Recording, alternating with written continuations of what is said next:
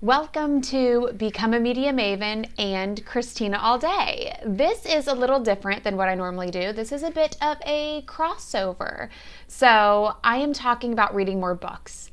And I'm talking about reading more books to learn and to grow. That is very Media Maven. I talk a lot about business on the Become a Media Maven podcast and YouTube channel. But I also read for fun. And I talk a lot about that on ChristinaAllDay.com and on Christina All Day, the YouTube channel, and on my Instagram. So this is a bit of a mashup. I am combining my two platforms, my professional one and my fun one, into one to share 7 tips to read more books in 2021. Now, obviously, these tips would work anytime, but because we are going into 2021 and I crushed my GoodReads challenge by reading over 60 books in 2020, I want to share some tips with you on how I did it. If you have not already, make sure you tap that subscribe button wherever you are, whether you are on the podcast or you are on the YouTube channel. I appreciate it. And if you haven't already, make sure you check out Christina Reads All Day. This is my brand new podcast. I just started it because I'm already doing book reviews on my blog and I'm also creating videos for them. Why not just upload those videos onto a podcast so people can listen to the audio if that's how they like to consume content? So you can check out Christina Reads All Day by finding it on ChristinaAllDay.com. I will link to everything there, and the show notes for this episode, the description for this video will be at ChristinaAllDay.com. It will not be at BecomeAMediaMaven.com. It's a little different this time because, again, I'm mixing business with pleasure. Okay. Let's get to the 7 tips to read more books in 2021. My first tip is to join GoodReads. It took me a while to join GoodReads. I always heard about it and I always knew what it was, but I was like, oh, whatever, I can read books without it. Well, let me tell you, after you join, you can't read books without it. It is so handy dandy, especially for those people who have a long list of books that they want to read. So when I first joined, I tried to remember every book that I ever read and I added it to my read bookshelf. Then I started to build my want to read bookshelf. Now this is like your to be read list. What I did before is I would have a notes section in my phone and I would just fill that up with recommendations. But then whenever I would remember to check it, I either had a book title with no author and I couldn't find the book, or I just completely forgot what the book was about and then I was no longer interested in reading it. So with GoodReads, you will have your want to read list. Whenever I hear of any book, whether it be from a friend, on TV, online, on Instagram, I always add it to my want to read list on GoodReads, and that list has accumulated to a little over 100 books, and it's so convenient because I know exactly where to go to find and pick my next book. It also has a currently reading shelf, and there you can just update what you're currently reading. So you can hop in there, you can say what page number you're on, mark your book read when you're done, leave your rating or review. I love GoodReads because A, it just keeps track of all of my books. I don't buy them all. Some of them I check out at the library. So I like to look at the books that I've read and I like to see what other people are saying about them as well. That is super helpful. And if anybody ever shares a review that includes a spoiler, there will be a spoiler alert so you don't have to read it if you don't want to. My second tip is to get a library card. This is something, again, that I didn't do until recently, and that's because I like to have my books. I have built-in bookshelves in my house with a sliding ladder. That is something I've always wanted. So I literally was buying books for years and years and years. They were even in my parents' house, in my closet, in my bedroom growing up, because one day that is what I wanted. Then when I got it, I said, okay, now it's time to save money and let's start going to the library. And it turned into a Sunday thing. Me and the kids, we would go to the library every Sunday and we would check out books. And we would also put them on hold on the app. So as soon as I get a book that I want to read, I'll put it on the want to read list on GoodReads, and then I will head to the library app and put it on hold. You can also check out digital books, and you can also check out audiobooks at the library. So however you like to read and or listen to your books, you can get them all from the library. It doesn't cost you a dime. My third tip is to listen to books. I did not do this a lot till recently because I was listening to podcasts. I am still listening to podcasts, but not as much because I am listening to audiobooks. I am currently listening to nonfiction audiobooks. I like the memoirs. I think it's just because I like the narrators. I recently listened to Mariah Carey's book. It was great because she narrated it. I'm listening to Trevor Noah's book now. Again, he's narrating it. Love his accent. He's hilarious. I have also listened to some fiction books, but I don't know, for some reason I prefer nonfiction. And I do this through an Audible subscription. On Amazon Prime Day, I purchased an Audible subscription. I will link to that on ChristinaAllDay.com if you want to check it out. But with Audible, you get credits, and one credit buys you a book. And if you don't like the book, then you can exchange it for another one. Again, you can also check audiobooks out from the library. They will help you do that. Every library is a little different. They all use their different apps. And something else that Audible or audiobooks helps me do is exercise. So I usually listen when I'm in the car or when I'm walking, and it has motivated me to walk more. I have my Fitbit, so it counts my steps, and everybody says you got to do 10,000 steps a day, which, side note, I think is ridiculous. I think that's an obscene amount of steps to do if you are a full-time working human being. But whatever, I will take my AirPods, put them in my ears, listen to my book as I walk. One thing I can't do is listen while I'm doing things around the house. I think it's because I got a lot of kids at home. It's tough. But if you are somebody who's always doing laundry or cleaning or cooking, you could listen to a book while you're doing that as well. Number 4 is schedule time to read. If you are with me on the Become a Media Maven podcast, then you know I like to schedule things. Like if it's not in the calendar, it's not getting done.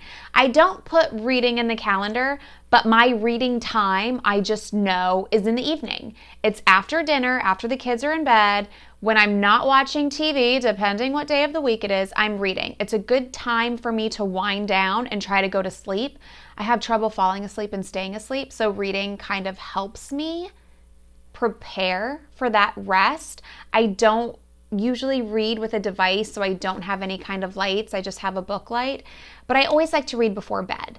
On the weekends, I will read during the day. And if you do want to read more, I think it's important to just schedule out maybe 2 half hours a day, or maybe it's going to be at night for you. But if you just make it a part of your schedule and make it a part of your normal routine, then you will read more.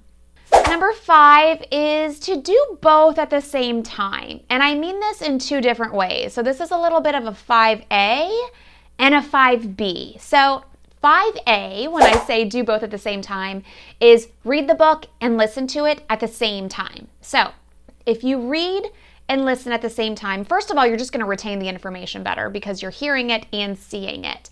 But you can do it faster. Normally when I listen to a book, I listen to it at regular speed or 1.2. But when you can see the words, you can listen faster. So you can listen at least 1.5, maybe even faster than that, depending on how your brain works and how you process information. But if you can see the words, you can 100% listen faster, and therefore you are reading the book faster. And in the second part of this, when I say do both at the same time, I mean read multiple books at the same time. I am always reading a nonfiction book and a fiction book at the same time. The 2 are very different. One is to learn, to grow. The other one is for entertainment. So I'm not going to mix them together.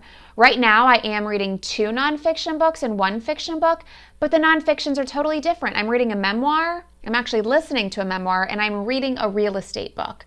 I'm not going to get those 2 mixed up. So I can read these 3 at the same time and not be confused as to what's going on, the characters, the plots, none of that, because they're completely different. And I think this is important because sometimes we're in moods for certain things, just like food. I feel like pizza tonight. Sometimes you don't. Well, I always feel like pizza, but you know what I mean. You may feel like something a little bit more personal development or maybe a little bit more entertainment. So you always have something to choose from. So you're reading more and you're reading faster. Number 6, stop reading or listening to a book if you don't like it. This is something that took me a while to do because I thought, well, if I stop now, then what a waste of time it's been up until this point. But listen, I don't read the same book more than once because I feel like there are so many great books out there. This is the same reason you should stop reading a book if you're just not feeling it. There are so many good ones out there. And full disclosure, I've only done this 3 times. The first time was years ago when I was reading The Goldfinch. Super popular book, but I wasn't feeling it. I was bored. Then I was listening to The Nightingale. Everybody loved it. I wasn't feeling it. And then The Millionaire Next Door. That book just straight up pissed me off. I don't think it definitely wasn't written by women, and it definitely wasn't written for women, because a lot of it is about men making money and very old-fashioned in my opinion. When I got 30 pages in and I read something about the parents need to give the daughters money because they can't make money like the sons make money, the sons will be good, the daughters need your help, I was like, peace out. I am done with you, The Millionaire Next Door. I didn't like it. Very old school male focused for me. So I stopped that one. But I've been reading for years, and those were only 3 books that I stopped. And then I went and I picked up something better, and all was good in the world. So don't think you have to finish a book just because you started it. And number 7, finally, join a book club. This one's a little bittersweet for me because I was, again, late to the party. And when I joined 2 local book clubs, coronavirus hit, so I couldn't actually go to the book club meetings.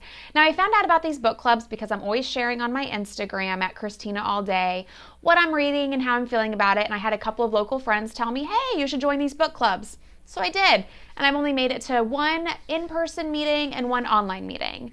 But they have Reese's book club. There's Oprah's book club. Jenna Bush Hager has a book club. I mean, I think every celebrity talk show host has a book club. So you can join those. You can follow along on websites and on Instagram. And then another thing that's super fun, #Bookstagram. I am all about #Bookstagram. And I have met, in my mind, friends, my Instagram friends, other awesome people who love reading books. They post amazing pictures of books, fun book stacks, foot stacks, bookshops, shopping at the bookstore, like all of the things that a book lover loves, you will find using the #Bookstagram online. Super fun. Love the Bookstagram community. And I've been posting a lot more about what I'm reading just because I have found the Bookstagram community. It definitely motivates you. The book clubs motivate you because you got to read the book to talk about it at the meeting. Just make sure you're reading something you like. And if it's not something you like or something you're interested in, then skip it. Don't read it. Read what Reese is telling you. Read what Oprah's telling you. Read what Jenna's telling you. Like, there are so many different book clubs that you can be a part of. Good Morning America also has a book club. So, I mean, there's just so much. The possibilities are endless, even if you can't find something local. Those are my 7 tips to read more books in 2021, or really anytime. If you are here from Media Maven, thank you so much for coming over to Christina All Day. And if you are here from Christina All Day, thank you so much to coming over to Media Maven and being a part of this mashup / crossover video / podcast. Hey, you can read for business and you can read for fun.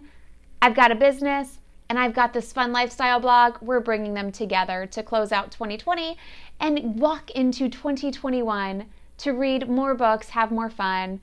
I appreciate you being here. If you haven't yet, please make sure you tap that subscribe button wherever you are, whatever podcast or YouTube channel you are listening or watching from, and let me know what you're reading at Christina All Day on Instagram or Twitter. Send me your book recommendations.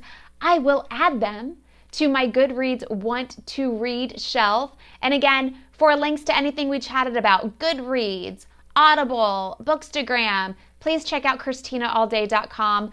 I do have a blog post where I share all of this information, all of those links, and I'm sharing lots of fun pictures of me and my kids at an amazing library in Austin, different bookstores, different fun Bookstagram posts. So make sure you check it out at Christina All Day, and I will see you on the next podcast and next video.